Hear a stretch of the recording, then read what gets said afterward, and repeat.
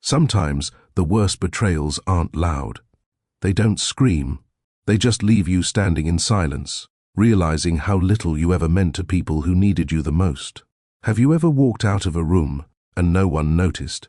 Not because you were hiding, not because you failed, but because being dependable had made you invisible. Evelyn Brooks knew that feeling better than most. It was a Tuesday, late afternoon, the kind of day where no one expects disruption. Evelyn had just finished reviewing the weekly meeting briefs when the email came in. Subject line, restructuring notification, from Human Resources. No greeting, no explanation, just 4 short paragraphs confirming the elimination of her role, effective immediately. She read it twice, not out of shock, but out of habit. Then she clicked mark as read, closed her laptop, and opened the drawer to retrieve a small cardboard box, the kind she kept folded flat, just in case. It wasn't until she started placing her things inside that she noticed how still the room was.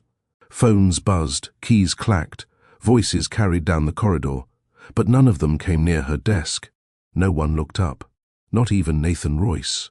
The CEO sat just 20 feet away, behind a sleek glass wall, pacing with his phone pressed to his ear. He didn't glance toward her desk. He never did. For 3 years, Evelyn had managed his calendar, his flights, his coffee orders, and his last-minute urgent presentations. She was always 2 steps ahead, never in the way, never in the spotlight. She used to think that made her invaluable. Now she realized it just made her forgettable. She placed her nameplate inside the box. A small mug followed, gifted by her niece with a sticker that read, "Do not confuse quiet with unimportant." Her planner, a couple of pens, and a worn-out printout of a quote she had planned to pin to the bulletin board someday. "Your silence will not protect you, Audre Lorde." She never got around to hanging it.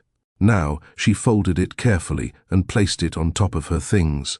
At the elevator, she paused. Some part of her expected someone, anyone, to stop her, to say, "Wait, we didn't know," to offer a word, a nod, a moment of acknowledgement. But the doors opened. She stepped in. The steel closed behind her with a whisper. No one followed. By the time she reached the parking garage, her shoulders had relaxed. It wasn't sadness she felt, not yet. It was more like quiet, not the kind you seek after a long day, but the kind that settles in your bones. A silence that says, "Now you know." She didn't turn on the radio for the drive home. Instead, she rolled the windows down. Let the cold air in. Let the traffic pass without urgency. Let the absence of a destination become the drive. That night, Evelyn made chamomile tea. She stood by her kitchen window, watching the last line of city lights blink against the dusk. She didn't cry. She didn't text anyone. She opened the drawer beside her fridge and pulled out a journal she hadn't touched in over a year. She flipped past old pages, half-finished thoughts, grocery lists, fragments of goals she'd once cared about. Then she turned to a fresh page and wrote, "She didn't sleep much that night. Not from worry, but because something inside her had turned over quietly like a seed under dirt. No noise, no announcement, just readiness." The next morning, Evelyn declined the follow-up call from HR. She didn't want a severance package breakdown. She didn't want a LinkedIn endorsement.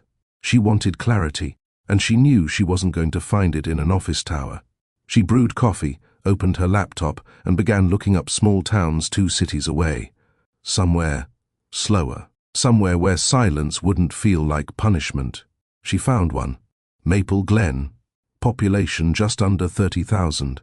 A place with used bookstores, no high-rises, and community gardens.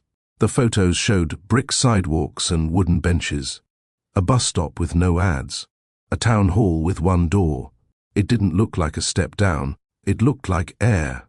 2 weeks later, Evelyn stood in front of a little bookstore with a crooked sign that read, "Lowell's Books and Literacy Nook." Inside, a woman with silver curls and a peach cardigan greeted her with a smile. "You Evelyn?" "Yes, ma'am. Mrs. Lowell, we keep things simple here. You said you had volunteer experience?" Evelyn nodded. "After-school reading programs. Some literacy tutoring. Mrs. Lowell nodded back. Good. We've got plenty of kids who need reading, and even more adults who need company. She handed her a clipboard. There's no uniform, just patience. Evelyn exhaled for the first time in weeks. That afternoon she sorted used paperbacks on a shelf, labeled classics that never get old. She ran her fingers over the names: Baldwin, Steinbeck, Morrison. Then, Austen, her favorite. She picked up Persuasion, opened it to the first page, and smiled at the opening line. As the bell above the door rang, she glanced up. A man stepped inside with a quiet presence. But we'll get to him later. For now, all you need to know is, Evelyn had left a place where silence was cold and uncaring. And now she was somewhere that allowed silence to breathe. And in that space, something new had room to grow. Evelyn didn't arrive in Maple Glen to reinvent herself. She arrived to remember herself. It was a Tuesday, again.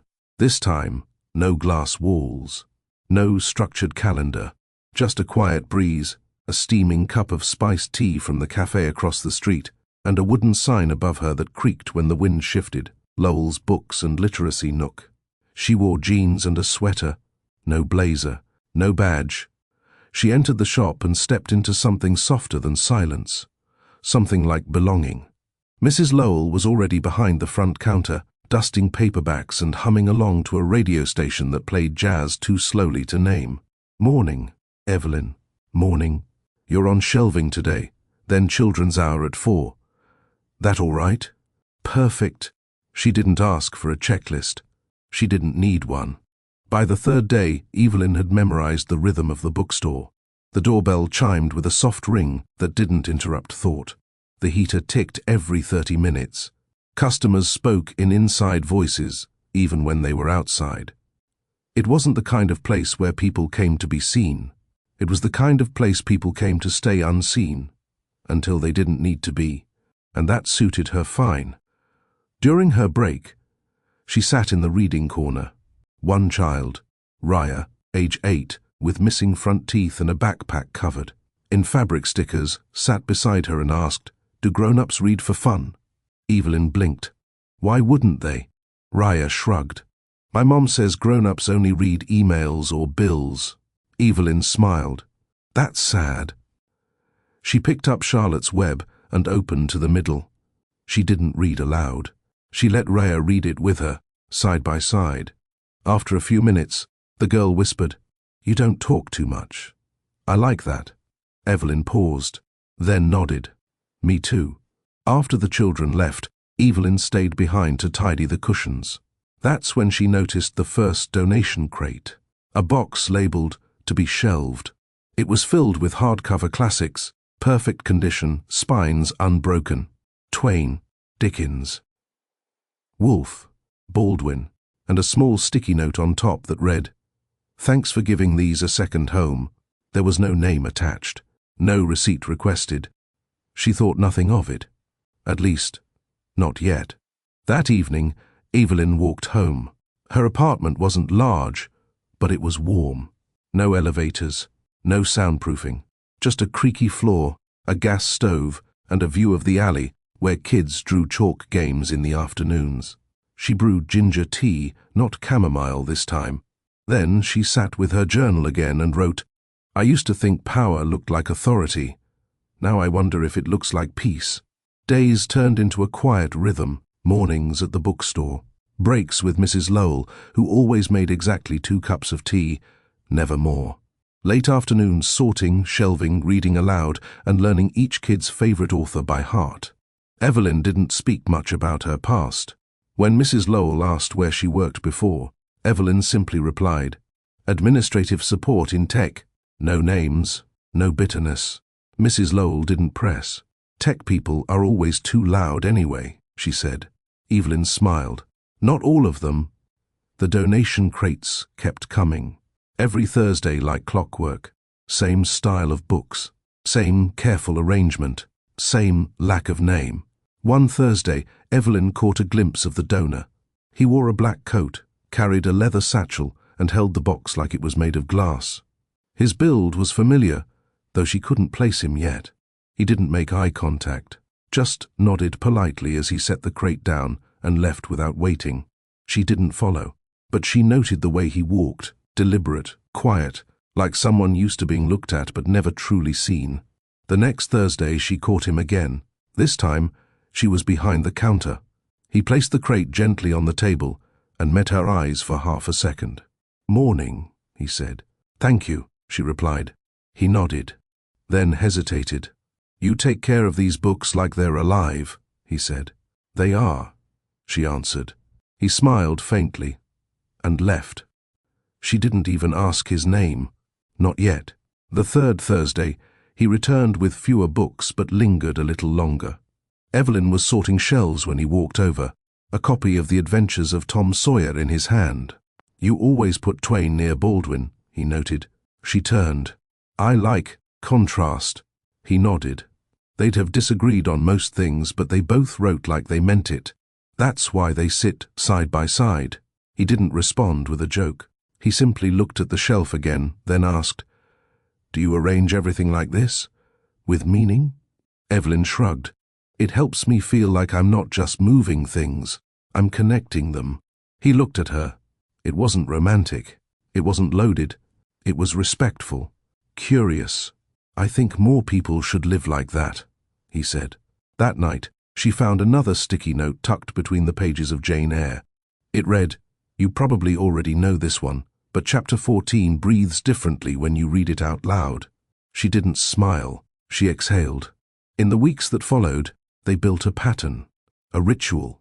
He'd arrive, donate, linger.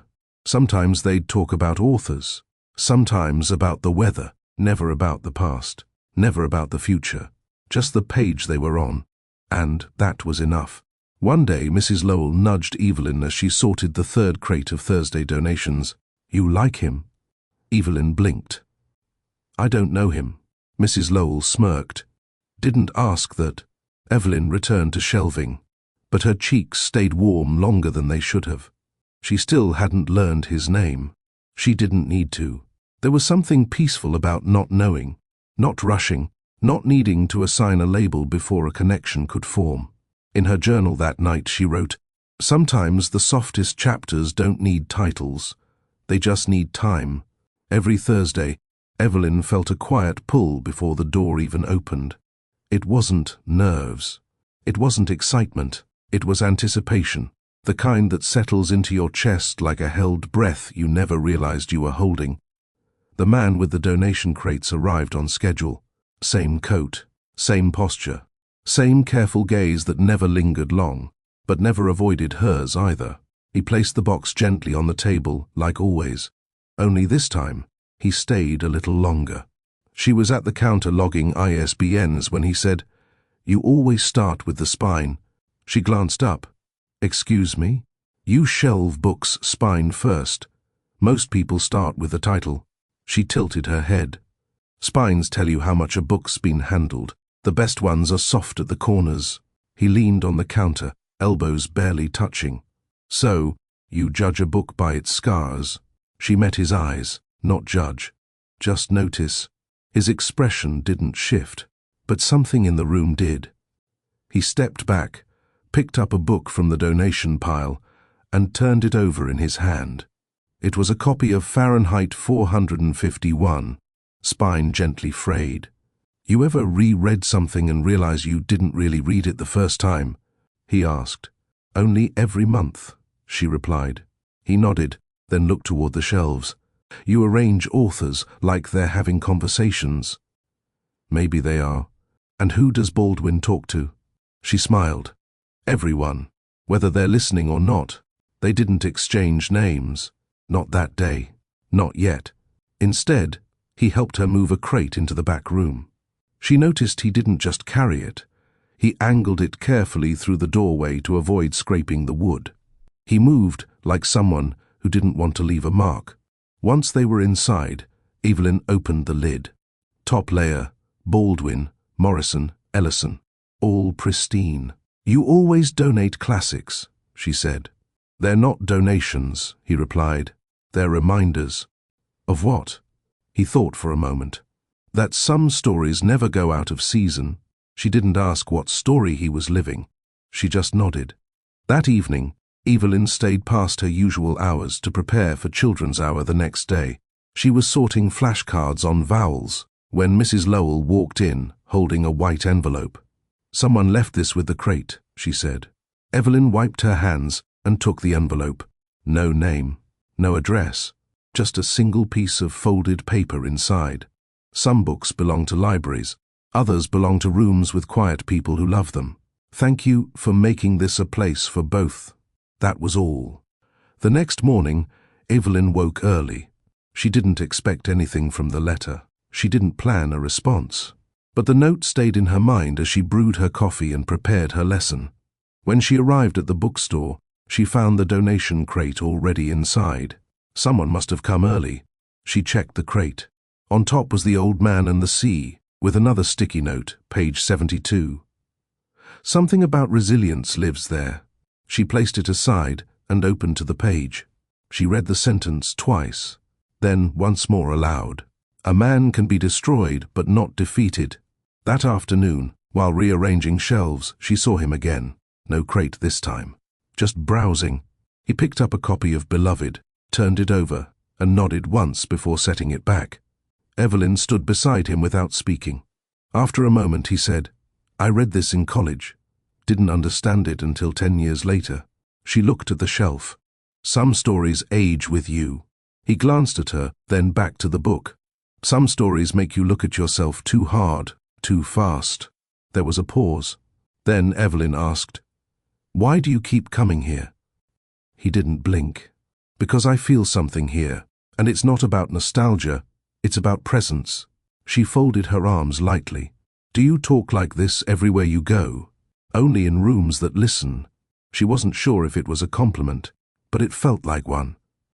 Later, Evelyn stood alone in the reading corner, flipping through the poetry section. Her thumb landed on a worn copy of The Dreamkeeper by Langston Hughes. On the inside cover, she found another sticky note, donated by N.R. Her heart stopped for half a beat. N.R. The initials weren't common, and they pulled something from her memory like a thread snagging cloth. She flipped to the back. There, barely visible, was a Royce Digital barcode. She froze. Royce Digital. Her old job.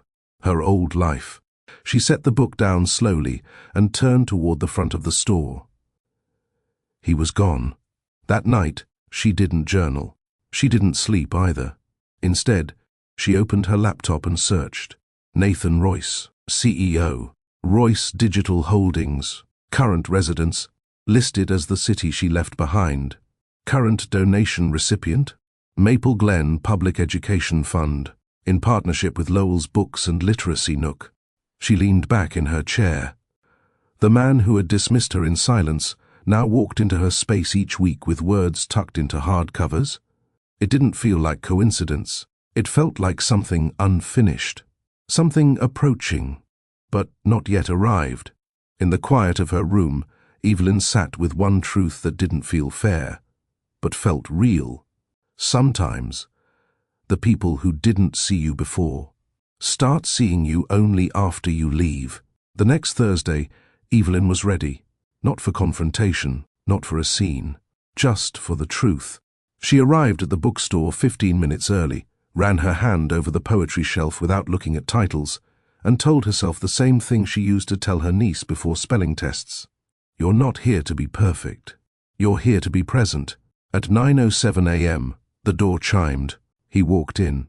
Leather satchel over one shoulder, black coat, a small crease between his brows, like he hadn't slept much either. This time, he carried only one book. She recognized the cover. Song of Solomon, Toni Morrison, hardback, edges sharp, spine intact. He placed it gently on the counter. No donation box, no sticky note. He looked at her. "Morning," he said. "Good morning." She didn't ask why he was alone, why he brought one book, why now. She didn't need to, because some moments aren't questions, they're decisions. He didn't leave. Instead, he glanced at the coffee machine near the staff table and asked, "Mind if I brew something?" She blinked. You know how. He smiled, small, genuine. I make better coffee than I make decisions. That's what my team used to say. There it was. Her confirmation. Evelyn stood still. So, you're NR. He met her eyes. This time, he didn't look away. Yes. No flourish. No apology. Just the truth. She nodded once and walked to the poetry section. He followed, slowly. They sat on the low bench meant for kids and book clubs. No one else was in the store yet. He held Song of Solomon loosely in his lap. I thought it was you 2 weeks ago, she said quietly. But I wasn't sure. I wasn't either, he said. I didn't recognize this place without knowing who you were. She looked down. I'm not sure who I was back there. Nathan Royce didn't rush to answer. Instead, he placed the book between them, like a peace offering. I didn't come here to explain the past, he said. I came because this place felt like the only room I could enter without needing to perform. She nodded. I used to think value came from being useful. Now I think it comes from being known. Nathan sat back. And I never knew you. No, she agreed. You didn't. Not tense. Not dramatic. Just real. Eventually she asked, why did you never say anything? Back then? He shrugged. Because in corporate rooms, silence gets rewarded, noise makes people uncomfortable, and I was very good at being efficient. So was I, she said, and for the first time since he entered, she smiled, not with joy, but with recognition. After a moment he asked, may I help shelve today? She looked at him, not as a CEO, not even as a man, just as someone trying. Sure, fiction shelf. Alphabetical. Baldwin stays near Twain. He raised an eyebrow. You pair them on purpose. They disagree loudly, but the shelf listens better when they sit close. He let out a breath of a laugh. That's new. She handed him 2 books. So is this. The next 2 hours moved with quiet rhythm. They didn't talk much. He followed her lead. Stacked what she handed him. Shelved what she guided. At one point, he noticed her pause to rub her knee. Old injury? He asked. Stairs, she said. Office had 3 flights, no elevator. I did them twice a day. I never noticed. She didn't respond. At lunch, they sat outside on the bench by the curb. She pulled out a container of quinoa salad. He sipped from a paper coffee cup. You know, he said, I always thought leaders needed to protect their distance. From what? From closeness. From knowing too much, caring too much. She looked at him. That's not leadership. That's self-preservation. He nodded. You're right. She waited, then asked, are you here to say sorry? No. He looked at her directly. I'm here to see. And if seeing changes me, I won't call that regret. I'll call it growth. Later, when she returned inside, she found another book had been quietly placed on her desk. Their eyes were watching God. No sticky note this time. But she didn't need one. The gesture was louder than anything typed on an office memo. That evening, Evelyn pulled out her journal. The pages were starting to fill again. This time, she didn't write about him. She wrote about herself. Forgiveness doesn't always begin with an apology. Sometimes it begins when you stop needing one. The next Thursday, he came again. No books, no satchel, just coffee and a folded flyer about a new literacy grant proposal he thought she'd want to lead. She didn't say yes, but she didn't say no. He didn't press, and she respected that more than any scripted apology he could have offered, because real connection, the kind that heals, never demands. It listens, and it waits. Have you ever had someone show up in your life differently, after they realized what they missed the first time? Maybe it wasn't an apology you needed. Maybe it was presence, a small gesture, a shift in how they saw you. Evelyn didn't need revenge or regret. She needed honesty. And Nathan didn't come back with a speech. He came back with consistency. Has someone ever tried to reconnect, not with words, but with actions? Would you give them space, or would it be too late? Maple Glen's annual literacy fundraiser was never flashy. It wasn't meant to be. No black tie dress code, No press, just plastic chairs, quiet auction tables, and neighbors passing baked goods like currency. Evelyn had helped organize it the past 2 years, quietly handling volunteer sign-ups, email reminders, and sorting donated books for the community sale. This time, she stood near the entrance table, clipboard in hand, her name printed neatly on a tag pinned to her sweater. She wasn't nervous, but she wasn't calm either. She felt watched, not by people, but by time. There was something full circle about tonight. By 5:45, the bookstore had been transformed, chairs set in a half-moon for the poetry reading, a table in the back filled with chili and cornbread, books stacked by genre on makeshift display stands. Mrs. Lowell moved through the aisles like a conductor. Evelyn followed behind, smoothing the chaos. "I hear a few donors from the city are showing up," Mrs. Lowell murmured, fixing a crooked frame. "Some tech people." Evelyn stilled. She knew he'd be one of them. At 6:12, he walked in. Nathan Royce, without the coat, without the crates. This time, he was dressed like someone who didn't need to impress, button-down shirt. Sleeves rolled to the elbow, eyes scanning not the room, but the faces in it. When he saw Evelyn, he didn't pause. He didn't hesitate. He walked straight over. "You organized this?" he asked. She nodded. With a lot of help. He glanced around. "It's honest." She raised an eyebrow. "You sound surprised." "Not at all. It's rare, that's all." Before she could respond, someone called out from behind them. "Mr. Royce, I didn't expect to see you here." It was Mr. Halpern, a board member from Royce Digital. Tall, loud, and always 5 seconds from name-dropping someone. Nathan turned slowly. "Good to see you, Jonah." Mr. Halpern grinned. "I see your name on the donors list. Did you finally retire the corporate title for community service?" Evelyn turned toward the table. She didn't want to be part of this exchange, but she stayed still. Then Halpern looked past Nathan and noticed her. "Wait, Evelyn? Evelyn Brooks?" She froze. "I didn't recognize you outside the office. You used to run everything for the executive wing, didn't you?" She smiled politely. "I supported the team, yes." Halpern laughed. "Small world. You two working together again?" Evelyn's jaw tightened. Nathan spoke first.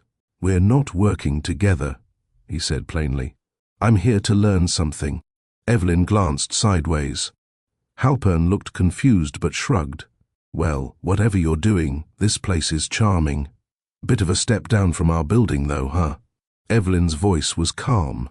"It's not a step down. It's a step toward something that actually matters." Halpern blinked. Nathan didn't move. Later, during the poetry reading, Evelyn stood by the window. The crowd was soft-spoken, attentive. Someone read a piece by Lucille Clifton, and a girl in the front row clapped before anyone else. Nathan stood in the back, near the wall, eyes on Evelyn instead of the speaker. When the lights dimmed between segments, he stepped beside her. "You handled that well," he said quietly. "Which part?" "All of it." She didn't answer. He took a sip of punch from the paper cup in his hand and added, "I used to think success meant never needing to explain yourself. And now? Now I think real power means not having to pretend." She nodded. "Then you're learning." After the readings ended, people milled about.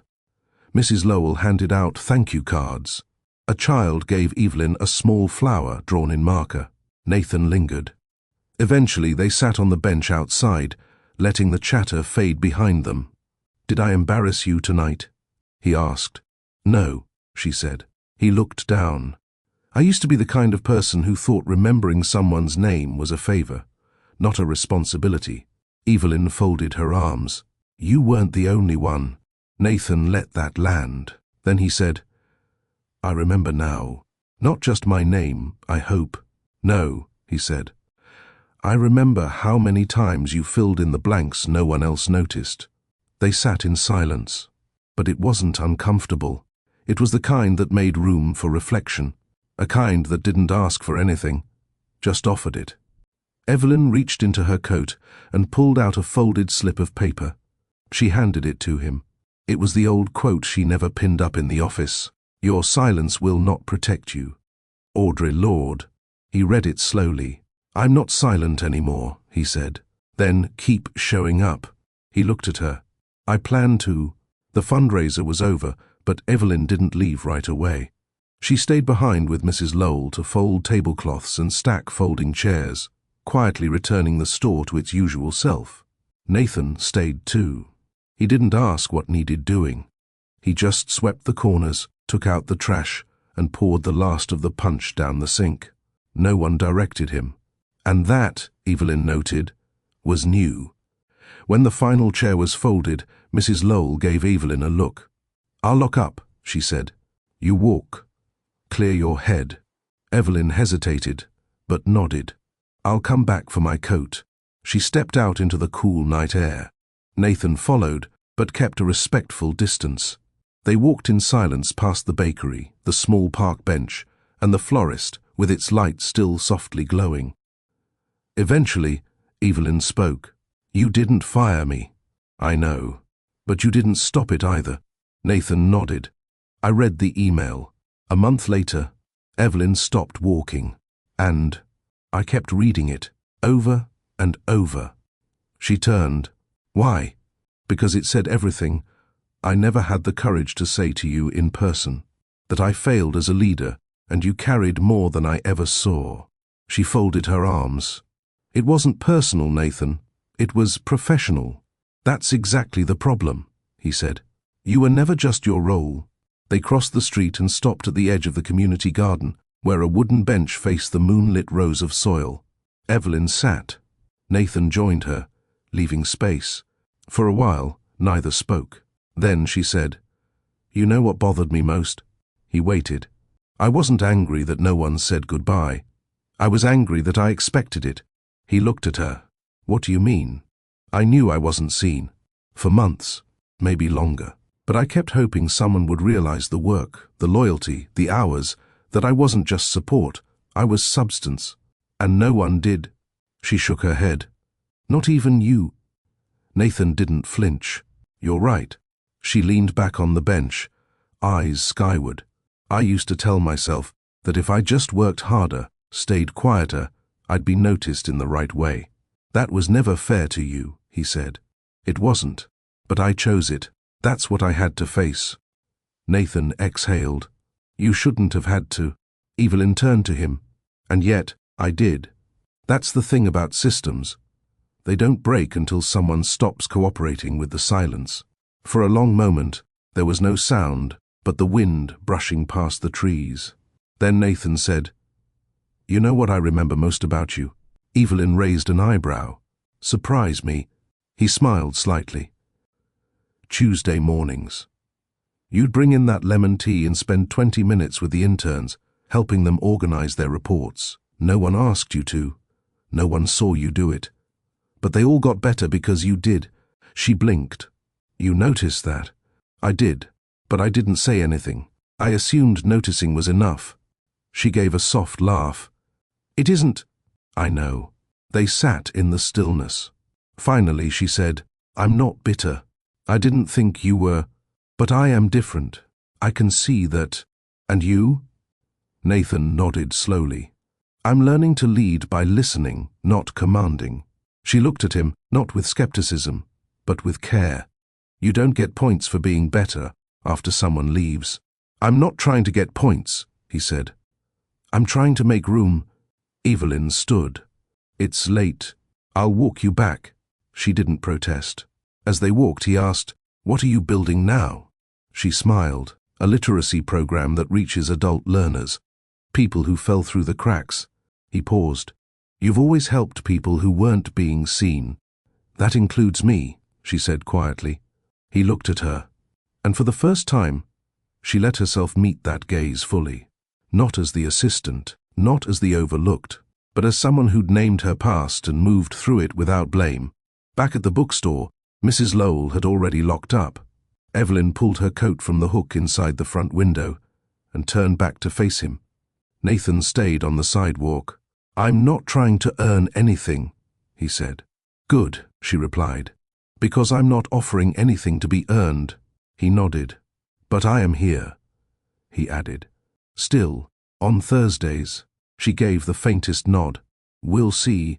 Then she stepped inside. He didn't watch her close the door. He didn't need to, because showing up isn't always about being invited. Sometimes it's about not leaving the room again without learning how to truly see who's in it. Nathan didn't come back the next Thursday. He came back the Tuesday before it. Mrs. Lowell raised an eyebrow when he stepped through the door, carrying 2 cups of coffee and a plastic tote filled with gently used encyclopedias. "Here to donate?" she asked. "Here to help," he said. Evelyn was shelving alphabet books in the corner when she heard the exchange. She didn't turn around, not yet. When she finally glanced over her shoulder, he was wiping down the children's table with a damp cloth and restacking broken crayons into a tin. No fanfare, no speech, just presence. She returned to shelving. By the end of the morning, he had quietly repaired a wobbling chair leg, fixed the sticky latch on the back window, and volunteered to pick up extra snacks for the after-school reading group. Mrs. Lowell handed him a handwritten list. "You know where the good grocery store is?" Nathan grinned. "If there's produce and people who make eye contact, I'll figure it out." She chuckled and waved him off. Evelyn said nothing, but she noticed. He returned the next day with everything on the list and a few extras. "Got the nut-free cookies," he told Evelyn, "and the gluten-free crackers. One of the kids mentioned allergies last week." She blinked. "You remembered that?" "I listen better here," he said. Thursday came, and with it, a new donation crate. Books again, but different this time. Memoirs, essays, non-fiction on leadership, growth, purpose. At the top of the pile, Dare to Lead by Brené Brown. A note stuck inside. "I'm not who I was when I skimmed this years ago. Maybe now I'll read it properly." Evelyn stared at the handwriting. She didn't smile, but she felt something shift. That afternoon, she walked into the back room and found Nathan cleaning the whiteboard used for the kids' vocabulary games. He looked up. "You work here now?" she asked. He gave her a half grin. "No one's offered me a badge yet. You're doing the things no one notices. I figured it was time." She crossed her arms. "Why here?" He looked around the room, books stacked, bulletin board cluttered, paint peeling slightly near the door. "Because here," he said, "people don't need to be impressive to be valuable." They stood in silence for a moment. Then Evelyn said, "You still haven't asked me for anything." "Should I have?" "Most people would." Nathan's voice was calm. "I didn't come back to reclaim what I lost. I came because I didn't know what I missed." She paused. That was honest, not polished, not rehearsed, real. Over the next week, Evelyn watched him. She didn't make it easy. She didn't offer praise, but she didn't turn him away either. And Nathan didn't try to be someone else. He just kept showing up. He helped one of the older volunteers load boxes into her car without being asked. He stayed after a literacy class to mop the floor when a child spilled juice. He noticed when Evelyn switched from coffee to tea and started bringing both, just in case. One afternoon, they found themselves alone again, both restocking the same shelf. She handed him a copy of Between the World and Me. He accepted it with care. "You're building something here," he said. "I'm not doing it for credit. I didn't say you were. You're building something that doesn't need to be loud to matter." She met his eyes. "And you? What are you building?" He shrugged. "Nothing yet. I think I'm still clearing space." At the end of the shift, Evelyn locked up while he took out the trash. As they stood outside beneath the fading sunlight, she asked, "Do you still run the company?" "I chair the board," he said, "but I hired a new CEO, someone who listens better than I did." She nodded once. "Smart." He glanced at her. "I didn't realize how much of my success came from people I never really saw." She didn't answer, but she didn't walk away either. That night, Evelyn journaled again. This time, she didn't write about work or purpose or growth. She wrote about Thursday and the quiet moments in between. Maybe healing isn't always loud. Maybe it's in the folding chairs, the restocked tea, the room you leave cleaner than you found it. The next week, Nathan showed up before Evelyn. He unlocked the back gate without being told where the spare key was. He had remembered from 2 weeks ago when she used it during the rain. By the time she arrived, the coffee was brewing, the reading mats were already rolled out, and soft instrumental music played quietly through the speakers in the children's section. Mrs. Lowell gave her a knowing look. He doesn't ask for instructions. He watches. Evelyn set down her bag. People can change. Some just take longer to start. Nathan didn't fill the space with conversation. He simply joined in wherever needed. He read with the children, always picking the kid who wasn't picked first. He replaced a missing doorknob in the storage room. Without fanfare, he brought in a small space heater for the back room, just in case the thermostat broke again like it had the previous winter. He noticed when a child was unusually quiet, noticed when Evelyn looked tired and switched shifts with another volunteer so she could sit. And that noticing slowly built something neither of them were ready to name. Evelyn didn't let herself soften immediately, not because she was angry, but because healing taught her to pay attention, not to words, but to patterns. And Nathan's new pattern was consistent, not flashy. He showed up every week, on time. Sometimes he said very little. Sometimes he brought books with no notes inside, just underlined pages. Once, he left a folded article about adult literacy rates and wrote in the margin, "If we had measured impact this way, I would have understood you sooner." Evelyn didn't respond, but she read the article twice. During a slow afternoon, Nathan helped her relabel the non-fiction section. They worked side by side, quietly. At one point, she handed him a new label, Personal Essays. He placed it, paused, then said, "You used to walk faster at Royce, always 2 steps ahead. I noticed it. I just never asked why. Because I didn't want to be caught standing still," she said. He nodded. "You're different now. I stopped running for what wouldn't wait for me." That evening, they sat outside on the bench again. They weren't meeting. They weren't planning. They were just there. Evelyn sipped from a bottle of water. Nathan scrolled through a tablet, pausing at an image of a new bookmobile prototype. He turned the screen toward her. "I was thinking, if the bookstore ever expands its reach, I'd like to help sponsor something mobile, for the neighborhoods that can't get here." Evelyn looked at the image. It was modest, functional, not branded, not self-promotional, just useful. "You'd be okay with your name not being on it?" she asked. He smiled. "My name was on too many things I didn't truly support. I don't need it on the one thing I finally do." She looked back at the image, then nodded. Later that week, Evelyn stayed late organizing a storage closet. Nathan arrived unannounced, carrying a late dinner, soup in thermoses, cornbread in foil, and ginger tea in a travel mug. He didn't say anything as he unpacked the food. Didn't ask if she'd eaten, just set it on the table and slid one thermos toward her. They sat on the floor, back against the wall, eating quietly. No conversation, just small clinks of spoons and the occasional sigh. Halfway through, she glanced sideways. "You're not trying to win me over, are you?" He paused, then smiled softly.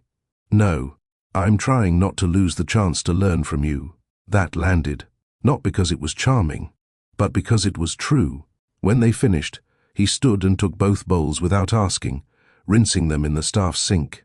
As he dried his hands, Evelyn stood near the bookshelf, arms folded. "I don't trust easily anymore," she said. "I know. And trust isn't earned by trying hard. It's earned by doing the same right thing more than once." He nodded. "Then I'll keep doing it." She didn't say anything else, but she handed him a book before he left. A quiet gesture. He recognized it immediately. The Gifts of Imperfection. She had dog-eared 3 pages. He left without a word. But the next morning, she found the book returned, with a note tucked inside. Page 84. "It helped me understand what it means to belong without performing." That night, Evelyn wrote again. "Some people speak through gifts.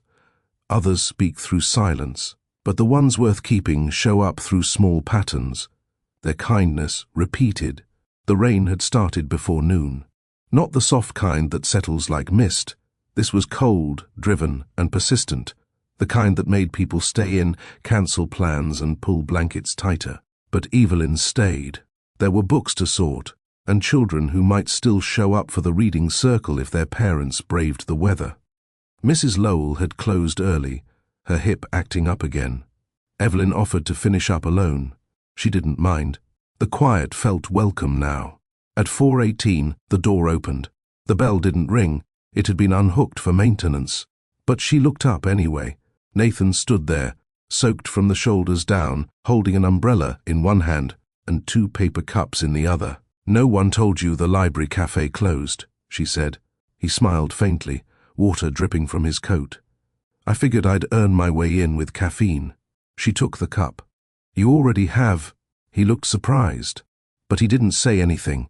They sat at the table by the poetry shelf, steam rising from the cups between them. Outside, the rain made streaks down the window like brushstrokes on glass.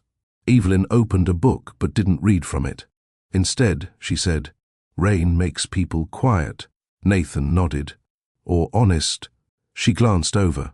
He looked tired, not in a way that begged for sympathy, but in a way that said he hadn't let himself rest in years. She slid the book across the table. "Read something," she said. He hesitated, then opened the page. His voice was steady, slower than she remembered, almost reverent. It was a short piece, 3 stanzas, about absence. He closed the book gently after the last line. No commentary, no analysis. Evelyn said, "I used to wish people would read to me without trying to sound clever." He gave her a quiet look. "I didn't read to be understood. I read to sit beside the words." That made her pause and think. They talked then, softly, about small things, about how people mispronounce author names, about old libraries and school projects, about his mother's recipes, about her favorite bookmarks, the kind made from cloth or ribbon, not paper. There were no big revelations, no questions about the past. Then, as the rain thickened and lightning lit the sky once, then twice, Nathan said, "Did I ever make you feel like you were only good at being useful?"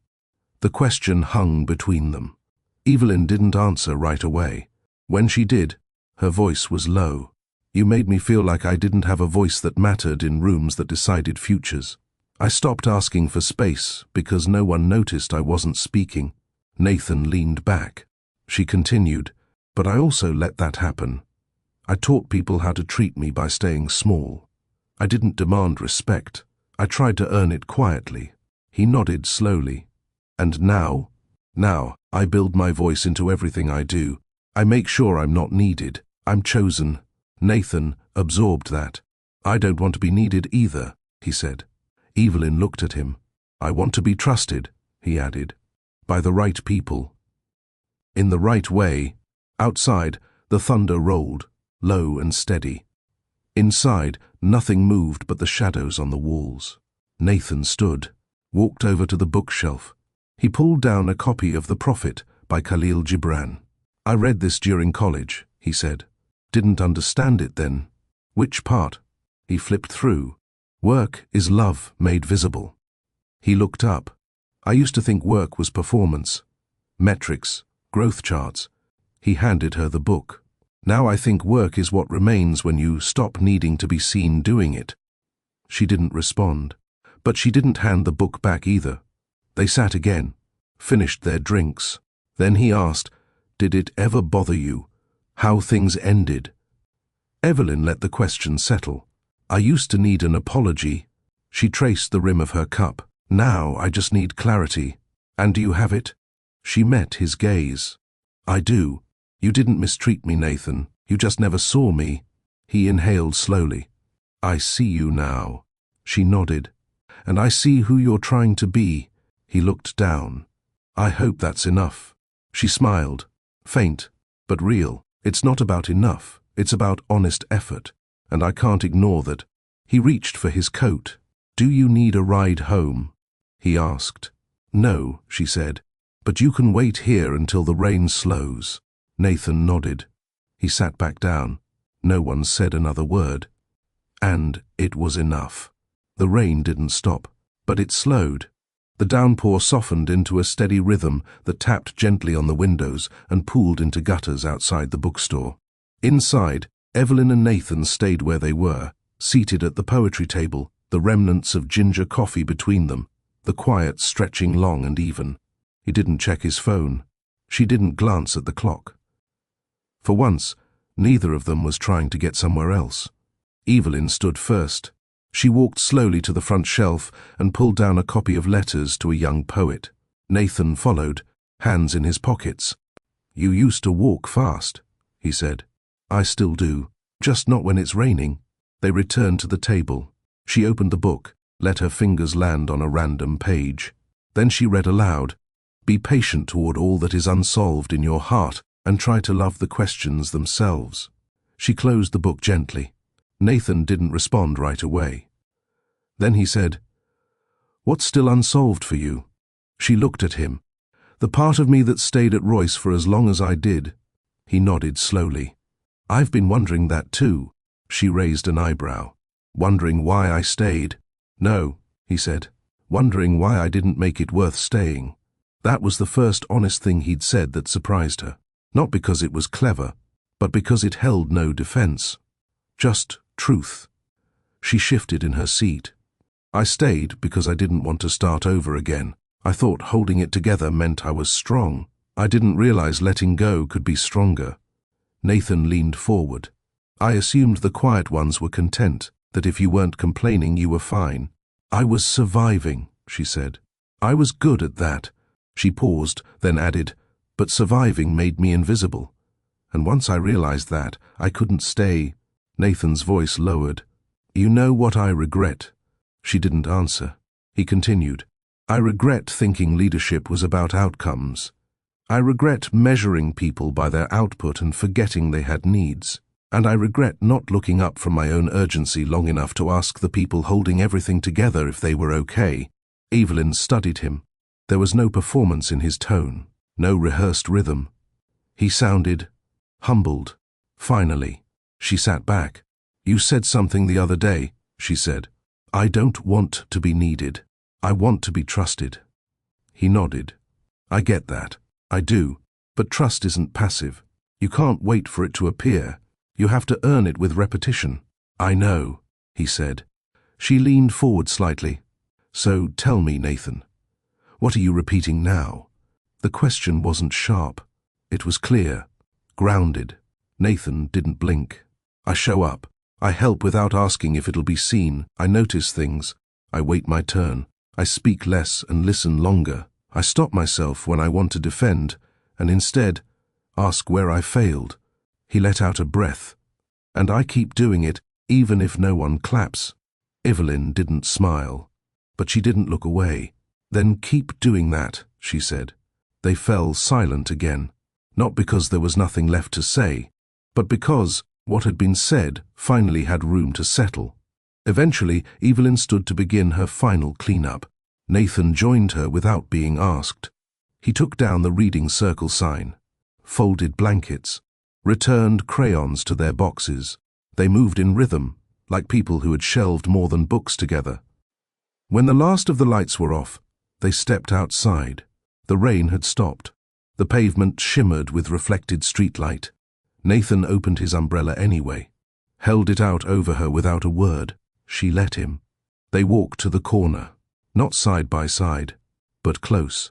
At the end of the block she paused. "I'm not angry anymore," she said quietly. He turned toward her. "I never deserved your grace." She shook her head. "You didn't have to. You had to choose to be better." He met her gaze. "And I'm trying." Evelyn studied his face, then said, "Good." She turned to cross the street, then stopped, looked over her shoulder. "I don't need you to fix anything. I know. I just need you to keep showing up." "I will."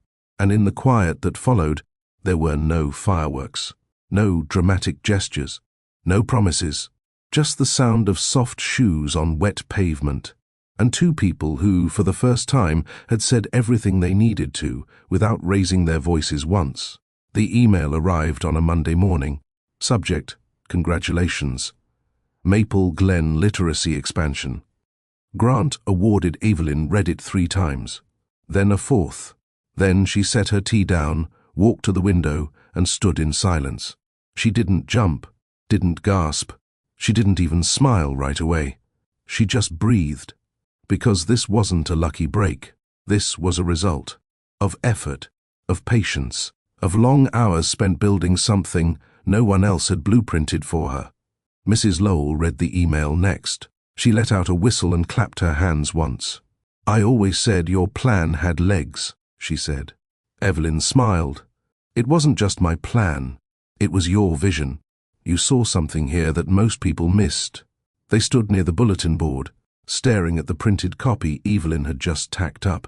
The grant would allow for after-hours programs, mobile library days in the nearby neighborhoods, and new reading software for adults returning to literacy education. It meant more volunteers, more books, more lives touched, and it had her name on it, not buried in the footnotes, at the top. Later that day, Nathan walked in carrying a copy of The Little Prince. He set it on the counter, then saw the paper. He read it in full. When he finished, he looked at Evelyn and said only one word. "Good." She nodded. Then he added, "You didn't need help to win this, but I hope I did something to make the path easier." She met his eyes. "You stayed out of the way when it mattered, and that helped more than you know." He didn't argue. He didn't reach for credit. He just looked proud. And that was enough. Over the next week, things moved fast. Reporters from the town's newspaper stopped by to ask for a photo. Evelyn declined a solo feature. She asked them to include the entire team, Mrs. Lowell, the weekend volunteers, the young adults who'd gone through the first round of reading courses. This was a group effort, she said. She didn't say that her name being on the award was personal, that after years of working in shadows, she needed to see it in print. But she let that remain hers, private. Nathan offered help. Quietly, logistically, he drafted a template budget for new materials, connected her to a supplier who offered free delivery to rural zones, volunteered to cover the first year of mobile Wi-Fi costs with no strings attached. Evelyn let him, but she kept decisions in her hands. He never questioned that. She noticed. One afternoon, Evelyn caught Nathan training a new volunteer. He was explaining how to engage with adult learners respectfully, how to avoid patronizing tone, how to recognize trauma triggers in classroom environments, how to encourage without correction. She stood behind the doorway and listened. The Nathan she once knew didn't train people. He managed systems. Now he was handling hearts and doing it well. When he finished, he noticed her watching. She didn't say anything. She just gave a single nod and returned to her work. The night before the first expansion meeting, Evelyn found a note in her mailbox. No envelope, just folded paper. It read, "What you're doing here, it's not just noble, it's necessary, and it's healing people, including me." She didn't recognize the handwriting immediately, until she remembered the first sticky notes left in book crates. She kept the letter, not for sentiment, for truth. The next morning, the store opened early. Evelyn arrived before the sun fully rose, turning on the lights one by one. She walked through each room, running her fingers along the tops of bookshelves, checking supply trays, resetting chairs. She wanted the space to feel ready, not perfect, but intentional. By 8:30, the room was full, not of cameras, not of executives, but of people, eager to help, eager to learn, eager to build what they hadn't been given themselves. Nathan sat in the back. No clipboard, no spotlight, just listening, just present.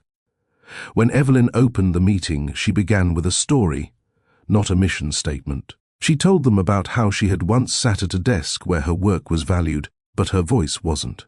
How she had taught herself to speak quietly and carry everything for everyone, until she realized carrying too much makes you invisible. And how this place, this bookstore, gave her her voice back.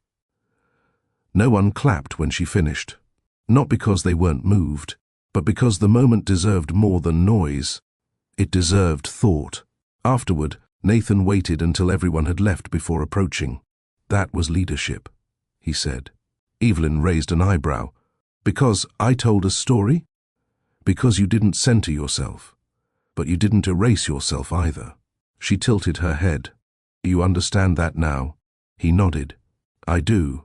Outside, the wind picked up. Evelyn pulled on her cardigan.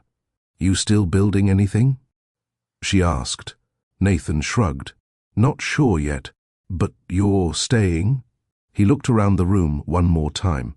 "At least until the shelves are full." And with that, he picked up a box of donated books and followed her to the back room. No questions, no explanations, just action. Because when trust is slowly earned, every small gesture is worth more than 1,000 words. Evelyn had never been allergic to attention. She'd simply grown cautious about where it came from and what it cost. Now, with the grant approved and the community taking notice, she found herself at a new crossroads. Not one of ambition, but of alignment.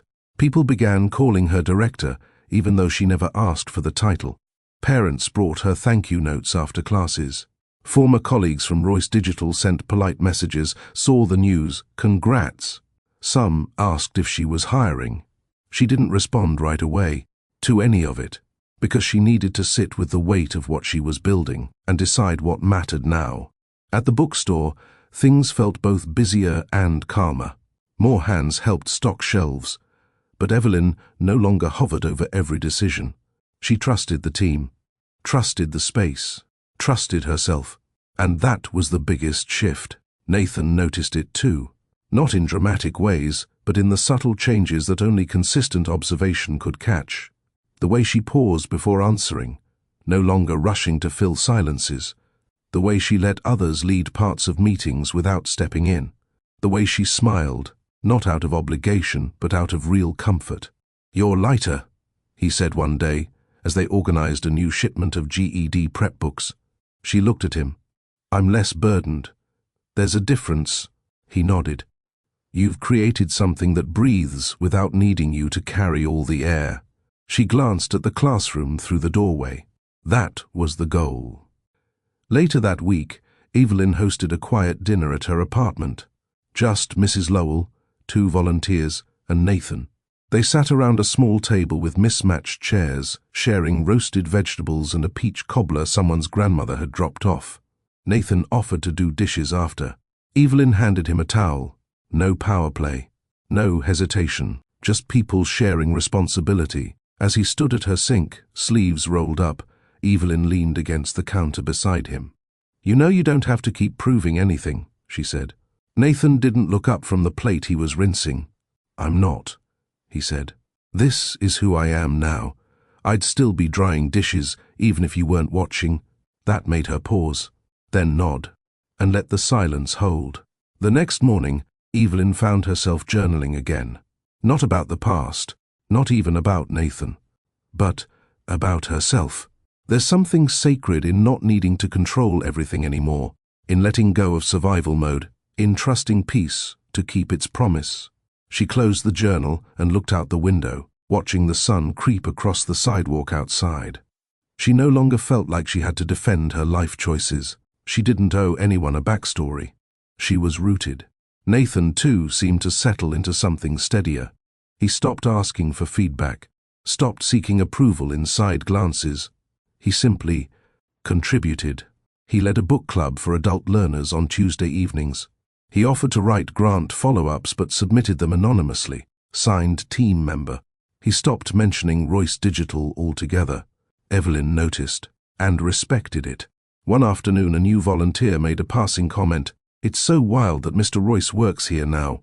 Evelyn looked up from her desk. "He doesn't work here." The girl blinked. "Oh, I mean, he helps, like all the time." Evelyn smiled. "He shows up. That's more valuable than a title." And that was that. That evening, Evelyn locked up alone. Nathan had left early to attend a city council meeting on adult education funding.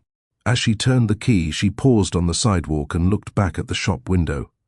The soft glow of the reading room still shone through the curtains, and she realized something. She wasn't waiting for the next thing anymore. She was already living the thing. As she turned to walk home, her phone buzzed. A message from Nathan. Saw your name listed in the State Education Roundtable invite. I'll be sitting in the back row. Quietly proud. She didn't respond. She didn't need to. He wasn't fishing for recognition. He was naming what mattered and letting her keep the rest. The next day, they worked together again. 2 hours in, he asked her a question he hadn't asked before. Do you see yourself staying here long term? Evelyn didn't look up from the grant proposal she was editing. Yes.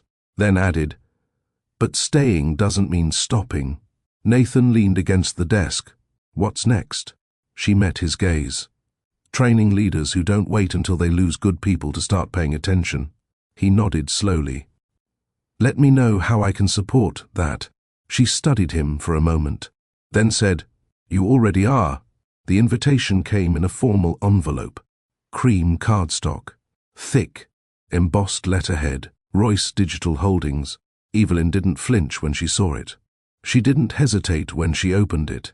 And when she read the contents, an offer to return as a consulting partner for an internal leadership overhaul, she didn't roll her eyes or scoff.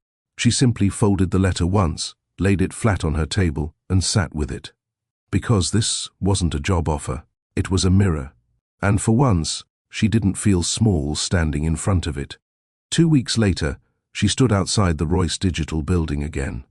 Same steel structure, same glass doors, same lobby filled with cold air and quiet shoes. Only this time, her name wasn't on a visitor badge clipped to her coat.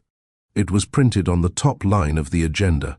Consultant, Evelyn Brooks, Organizational Wellness and Human-Centered Leadership. She held the folder loosely in her hands. Nathan waited for her just inside the executive hallway. When he saw her, he didn't greet her like an old employee. He nodded, stepped aside, let her lead the way. That was new.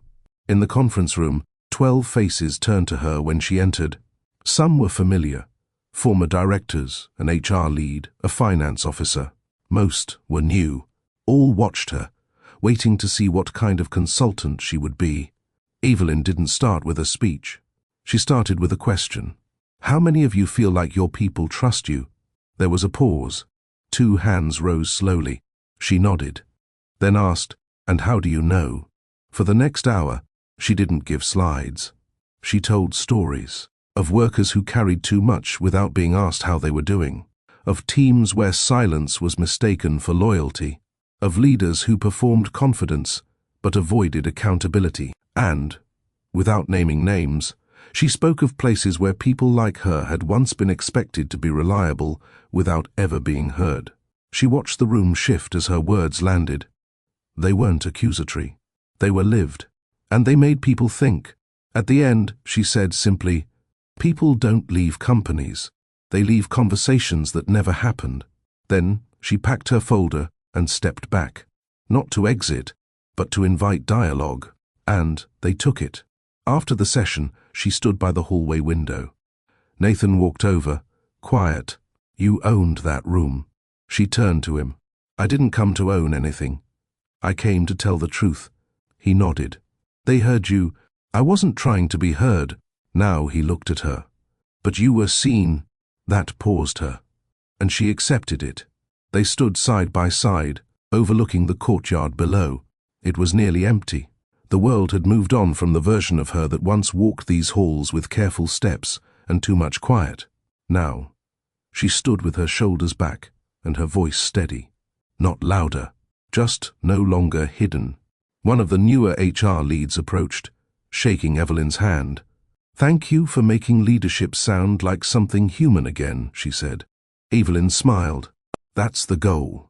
Nathan added, she's teaching us how to rebuild, without starting from scratch. Evelyn turned to him.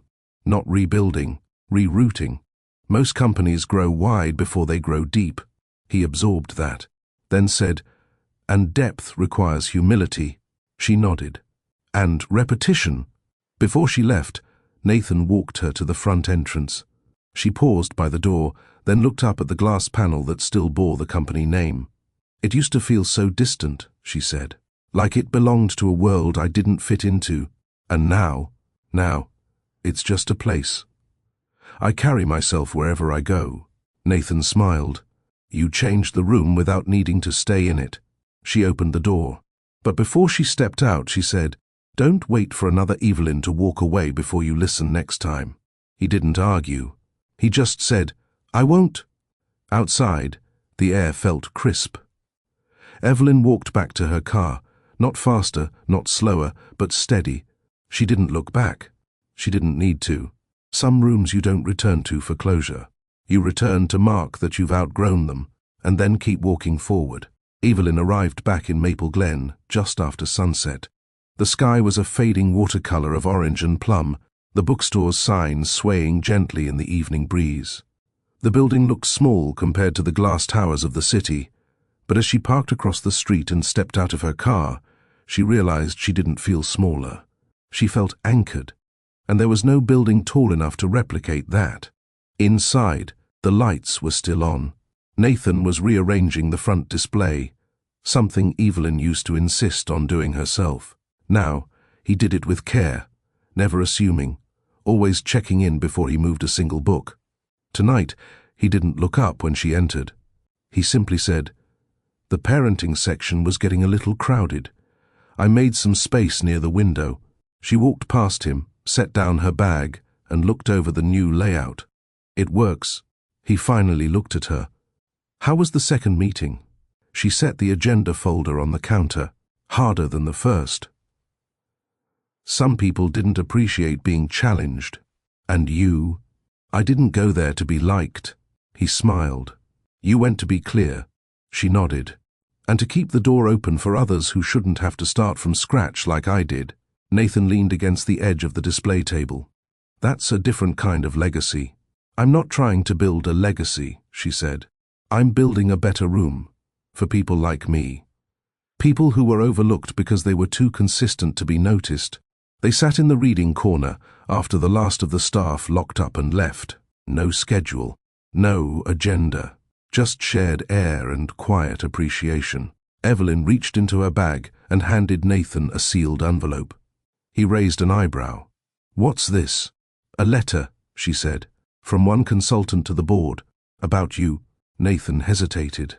I didn't name you directly, she added, but I told them the truth, that the quiet man in the back of the room is one of the few reasons they're getting a second chance to do things right.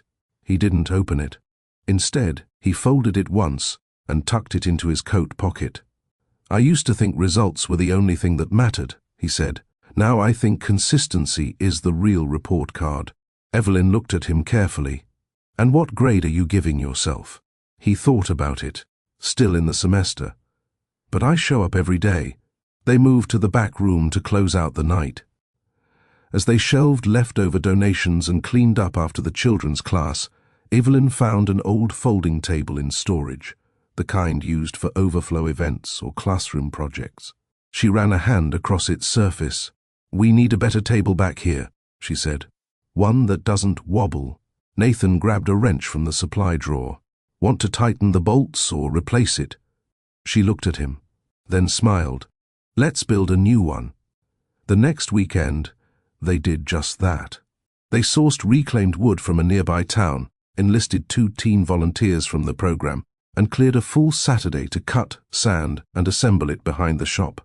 No plaque, no ribbon cutting, just 4 people, each with different reasons for showing up, building something stable together. The table was imperfect, a little uneven at the corners. One leg needed extra reinforcement, but it stood.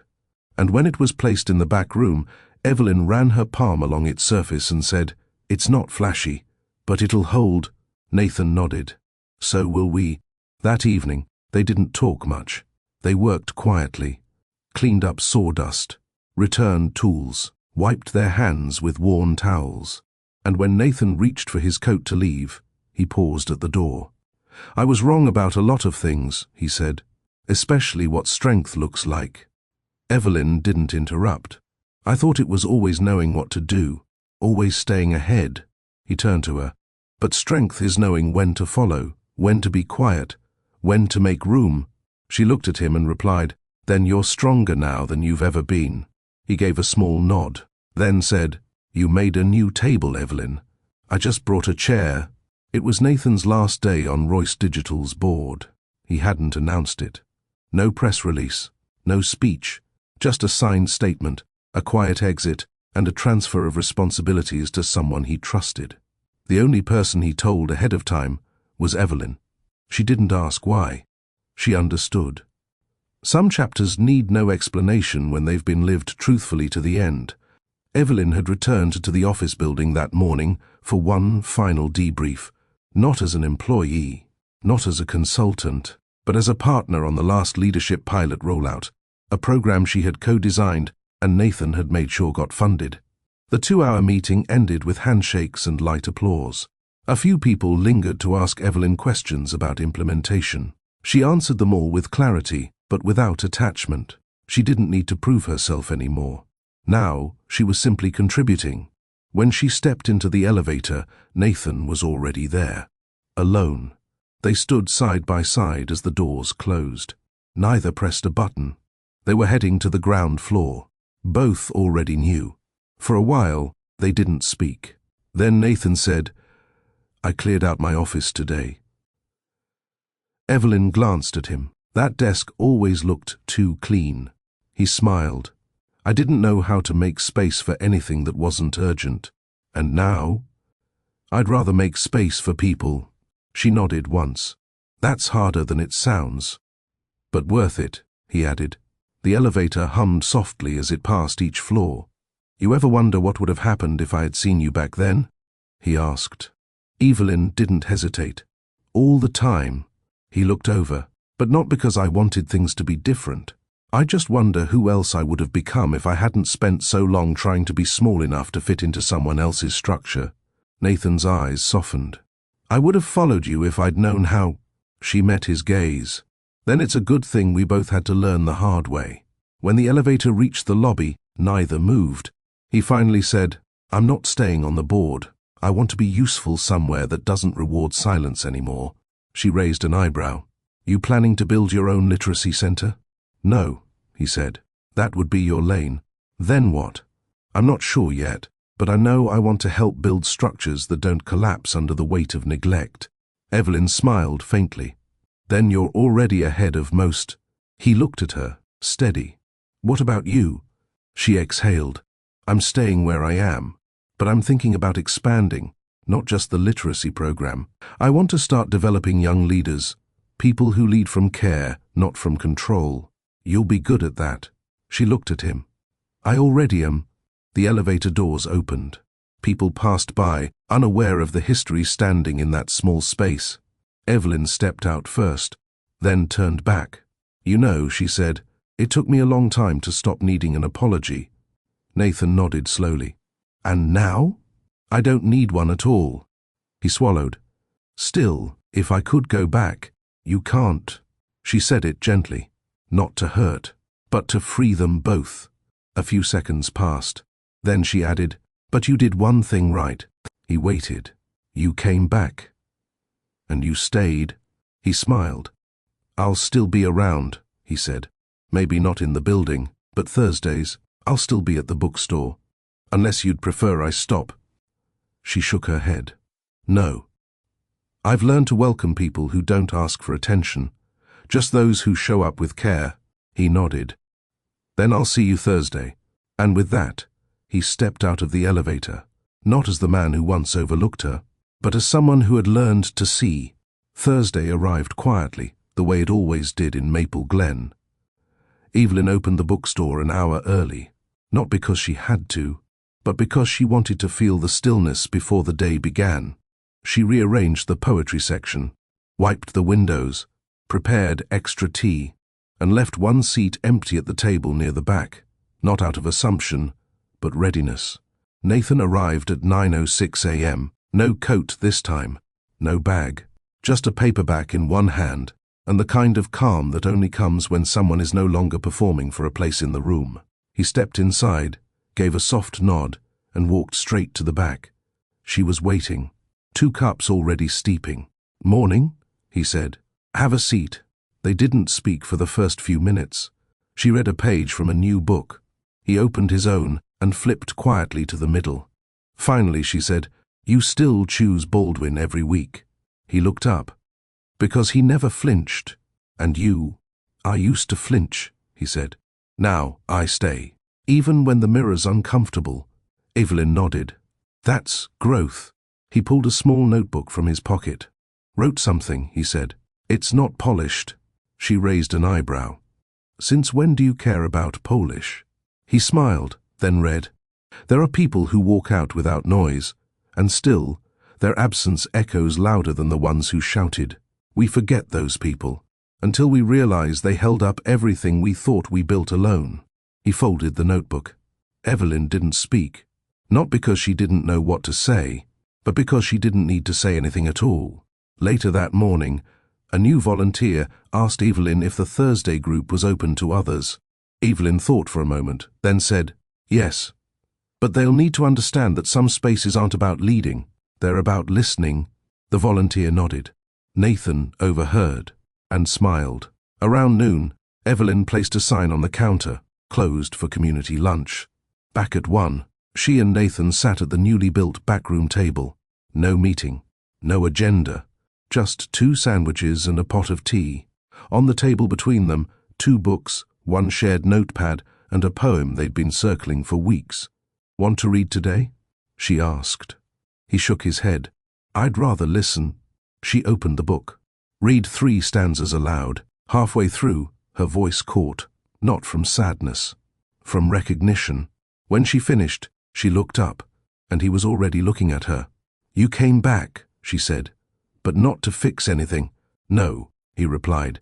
"I came to build something better, even if it's small." She folded the book. "I think we did." They sat for a while longer. 2 people with nothing to prove, no titles to protect, and nothing left to perform. Just presence and peace. Ran his hand across the uneven edge they'd struggled to align during the build.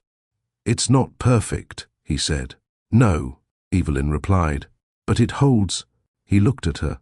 "I do too," she smiled. "Good." That evening, Evelyn closed the bookstore with the windows open. Let the breeze in. Let the silence settle, and wrote 1 final journal entry before bed. Some people return to reclaim what they lost. Others return to honor what they finally see. "I didn't need revenge. I didn't need closure. I needed consistency." And he gave me that, week after week, quietly, honestly, enough to stay. Some stories don't end with grand gestures. They end with people who learned to listen, then chose to stay. Evelyn didn't ask for an apology. Nathan didn't come with excuses.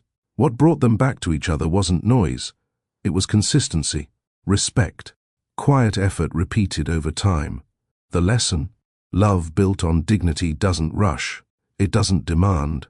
It shows up, and when it's real, it holds, like a table built by hand, uneven but strong.